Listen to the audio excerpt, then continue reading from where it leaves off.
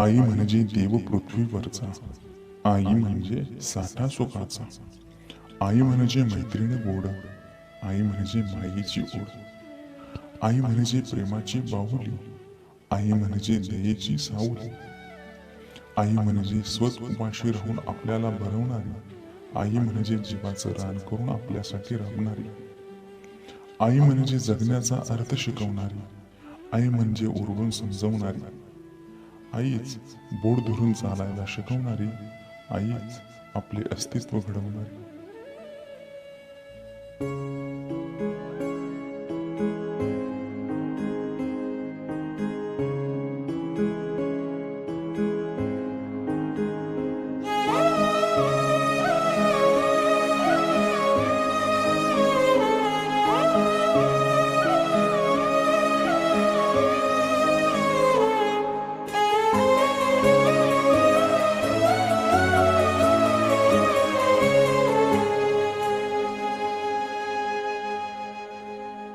रख रख त्या रानातून थोडं पुढं जाऊ गड्या, पाऊल थकलं नाही गड्या, पाऊल थकलं नाही. सुकलेल्या भाकरीला पानसंग खाऊ गड्या, पाऊल थकलं नाही गड्या, पाऊल थकलं नाही. झालो बरबाद जरी बसला घाव उरी, कलेची आग सार जाळून बी जाईना. अडला घास असा काळावन वास असा, पण ह्यो ध्यास अजून बी माग राहीना. फिरला त्यो वासा घर फिरलं नाही गड्या, पाऊल थकलं नाही गड्या, पाऊल थकलं नाही. रख रख त्या रानातून थोडं पुढं जाऊ गड्या, पाऊल थकलं नाही गड्या, पाऊल थकलं नाही.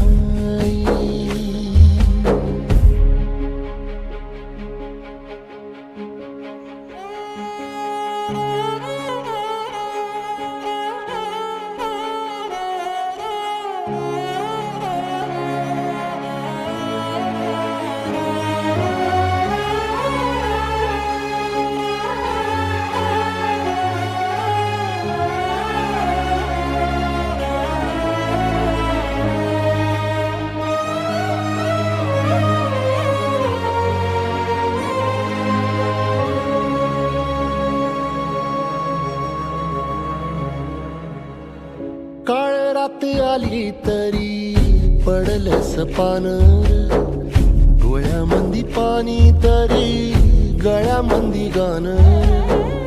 त्याचा हात पाठीवर सोनियाची खानर, शर्मेन नाही कधी झुकली मानर. हात पसरून गाड्या सुख येत नाही र, डोळ झाक करून बी दुःख जात नाही र. नशिबाच भोग कुणा देवाचं दर्शन घेते, माल जपते, शेंगण्याला धान्य टाकीते, चहा पिते, हिंडायला जाते.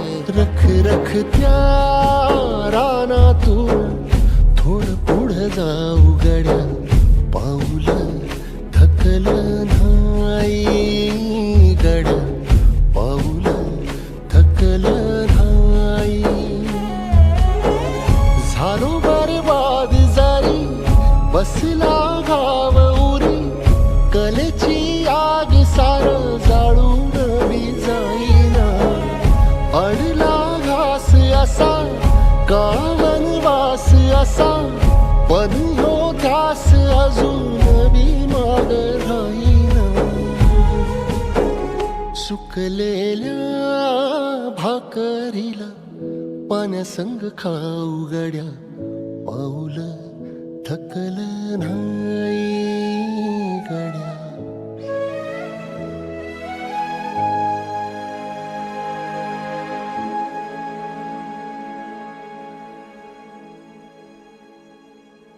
आता बाईबद्दल सांगायचं म्हटल्यावर माझा जो जन्म आहे म्हणजे मला अगोदर 5 बहिणी, 5 बहिणीनंतर माझा जन्म झाला. माझ्या आईला म्हणजे 5 मुली झाल्यानंतर माझ्या मामाने नवस केला की माझ्या बहिणीला मुलगा होऊ दे.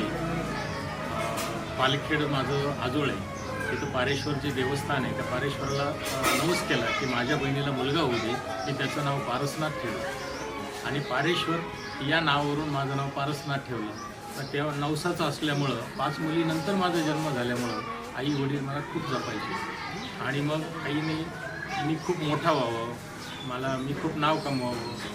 असं गाव हे आमचं मूळ गाव नाही आहे. आमचं मूळ गाव हे शिवराई वैजापूर तालुक्यातलं. पण आम्ही इथं आल्यानंतर आई मला शिकवण द्यायची की जे आपलं गाव नाही आहे इथं लोकांशी आपण सौजन्याने वागलं पाहिजे आणि इथं कोणाशी भांडण तंटा करायचं नाही, कोणाशी वाद घालायचे नाही, असं ती मला नेहमी सांगत राहायची. आणि मग त्यामुळं मी सुद्धा की 4थीला असताना शिष्यवृत्तीसाठी शिक्षकांनी माझं नाव सुचवलं की मुलगा खूप हुशार आहे, याला आपण शिष्यवृत्तीच्या परीक्षेत स्कॉलरशिपला बसू. म्हणून मी घरी आईला सांगितलं, म्हणलं मला स्कॉलरशिपला बसायचं आहे. तिला माहिती नव्हतं, ती अडाणी होती, शिक्षण नव्हतं. त्यांनी सांगितलं की त्याची फी भरावी लागते, ती कोपरगावला परीक्षा असते. मग मला स्कॉलरशिपला नाही बसता आलं, परंतु मी वर्गात हुशार असल्यामुळं 1ली ते 10वीपर्यंत पिऑल झालो, कुठेही नापास नाही झालो, शिकलो. पण 10वी नंतर 10वीचं पोहेगावला शाळेत असताना दिवसभरात 11 ते 5 शाळा असायची, 5 ते 6 सुट्टी असायची, 7 नंतर पुन्हा एक्स्ट्रा पिरियड ठेवायची, 8 वाजता परत नाईट स्टडी असायची, 8 ते 10 नाईट स्टडी करून झोपायचं, पहाटे परत 4 वाजता सर उठवायचे, 4 ते 6 पुन्हा स्टडी असायची, 6ला पुन्हा घरी यायचं, आंघोळ करायची, पुन्हा 8ला एक्स्ट्रा पिरियड राहायची, 8 ते 10 एक्स्ट्रा पिरियड करून पुन्हा 10वीला पुन्हा 10 वाजता 11 वाजता शाळेत जायचं. असं रुटीन बसल्यामुळे मी त्याला कंटाळलो होतो, वैतागलो होतो आणि म्हणून शाळा नको वाटायला लागली मला. आणि म्हणून मी 2-3 दिवस घरी राहिलो. आणि एक दिवस की एका शेतकऱ्याच्या घरी शेंगा तोडायचं काम चालू होतं, मी शेंगा तोडायला गेलो. पहिल्या दिवशी आई काही बोलली नाही, पण दुसऱ्या दिवशी त्या शेतकऱ्याला मला म्हणजे वाटा न घेता पूर्ण पाठीवर शेंगा दिल्या. मी आईला दाखवल्या आणि आईला म्हटलं, बघ मी किती काम करतो, नको ती शाळा मला.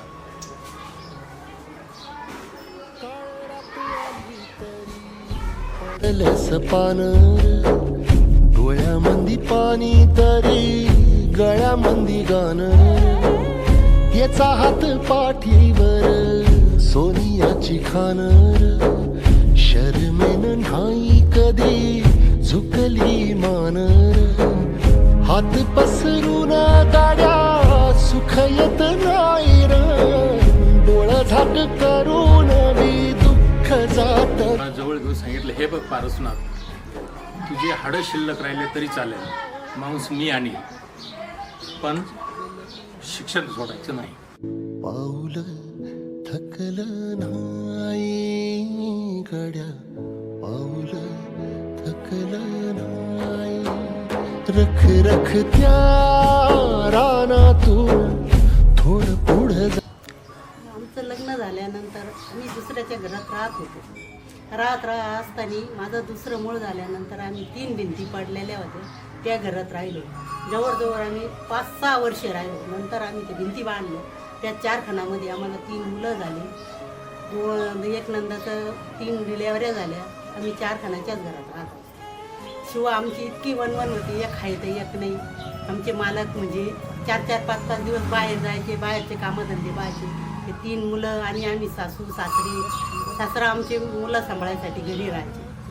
पहिले भरपूर कष्ट केलेले होते ते, पण आमचं लग्न झाल्यापासून थोडं कमी झालं होतं. कमी झाल्यानंतर मग त्यांना परत आजार झाला, दुखायला लागलं त्यांचं, सारखं दुखायचं त्यांचं. मग मुलं सांभाळायची, आम्ही दोघी सासूना कामाला जायचो. त्यावेळेस दुष्काळीला जायचो तर आम्हाला 20 रुपये तिकीट 20 रुपये पगार जर असला ना तर ते तिकीट राहायचं. ते तिकीट असल्यानंतर आम्हाला ते 20 रुपये पगार आहे म्हणून आमच्या सासूला कळायचं का आपल्याला दोघीमध्ये 40 रुपये येणार आहे आता कशी पण. मग ते झाल्यानंतर आम्ही मग घर चालवायचं दोघी जणी.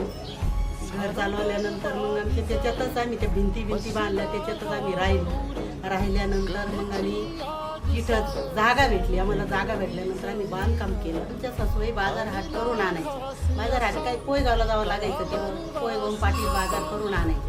आणल्यानंतर आमचा तेवढा आठवडाभर जायचा. आठवड्यात जर आम्हाला कमी आलं तरी आमची बाई मग इथून आणायचे किंवा तसंच काढायचं. आम्ही दिवस काढता आमचे म्हणजे पुढं चालून आमचं व्यवस्थित झाल्यानंतर मग आमची बाई काय कामाधंद्याला गेल्या नाही. मग चालायचं घरामध्ये, दळणं धुळणं सगळं करायचं. अजून पण आजही दळणं करतात. ते दळणं करते त्या मिरचीसुद्धा पाठीवर वाटायची. पाठीवरचीच मिरची खावं म्हणते, मिक्सरवरची मिरची लागत नाही. त्याच्यानंतर मग घरी आल्यावर बी बाहेर जर फिरायला गेल्या, पुढून जर चहा घेऊन आल्या तर मला घरी चहा नको, मी चहा घेऊन आले, माझ्या वाट्याचं करू नका. असं त्यांचं वाला कायमचं नेहमीचं चालायचं. खाणं पिणं एकदम व्यवस्थित. 11च्या नंतरच जेवायचं, घरात पाहून जेवायचं. आता 11 वाजले मगच जेवायचं. आपण जर म्हणलं जेवण लवकर, नाही मला नाही जेवायचं बाई, तुम्हाला जेवायचं तर जेवा तुमच्या तुम्ही. असं चालत मग त्यांचं वालं सारखं रुटीनच राहायचे. गाईला भाकर द्यायची, गाईला भाकर दिल्यानंतर जेवण केल्यावर गाईला भाकर द्यायची, परत फिरून यायचं. फिरून आल्यानंतर 5 वाजता पोरं आले का पोरायचं विचारायचं, मग बसायचं आपलं पाय यायच्यावर. बसल्यानंतर मग माळ बीळ जपायची. तिच्याविषयी बोलायला खूप आहे. म्हणजे मी लहानपणापासून तिने मला बघितलं. माझा बाकीचं नाही, तिला 5 मुली होत्या, बाकीचे सगळे होते. नातवंड भरपूर आहे, पण जीव जो गुंतला तो माझ्यात मी शेवटपर्यंत आजही आहे. ती पण मान्य करते. बसला घाव उरी कलेची आग सार जाळून जाईना.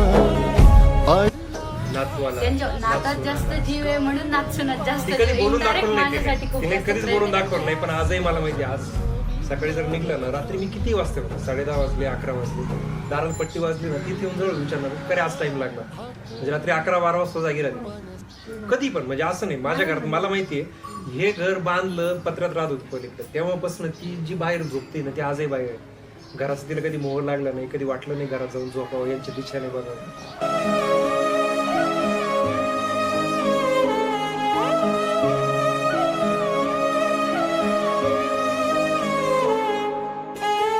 तिची बात जशी होती तशीच आहे आजही. ती तिथं झोपेर घरी येतो. पेपरचा तिचा काही सुतराम संबंध नाही.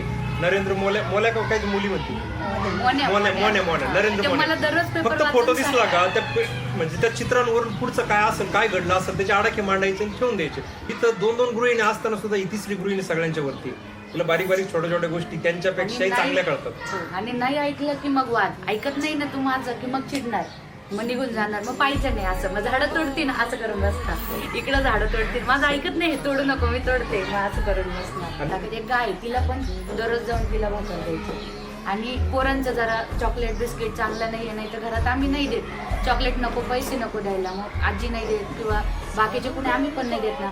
मग घरातलं कुणीच देत नाही ना, मग गुपचूप पोरं येणार, बाई 1 रुपया देणार, बाई हे करणार. मग बाईला हळूच तुझ्या आईला सांगू नको, याला सांगू नको, गपचूप पैसे देत राहणार, घेणार, सुट्टे करून आणणार, पोरांना दररोज पैसे देणार. तिच्या दवाखान्यात सुद्धा मला अजूनही काही त्रास नाही. म्हणजे तिला जर वाटलं ना कधी मला कणकण होती काय होतं, ती आमच्याकडून नकळत मला 100 रुपये दे, मला डॉक्टरकडे जायचं, आपण देऊन टाकायचे. 100 म्हटलं 200 जरी दिले, त्यातले 150 रुपयाचं सलाईन इंजेक्शन सगळं होतं, राहिले 50 गाठीशी राहतात. ते 50 दुकानं जाणार, सुट्टे करून घेणार. यांनी काही मागितले ना पोरांनी, मग त्यातलेच 5-10 रुपये त्यांना दिले जातात. त्याचा हिशोब नाही, ताळेबंद नाही. पण ते घेताना मुलांसाठी म्हणून कधीच नाही घेणार मागून, पण तोंडला द्यायचे असं नाही. दे मला, दिले घेतले तो व्यवहार तिच्या रोखी नव्हतो. मी देते याचं समाधान दिलं त्या गोष्टी म्हणून. भाकरीला पाण्यासंग खाऊ गड्या पाऊल थकलं नाही गड्या.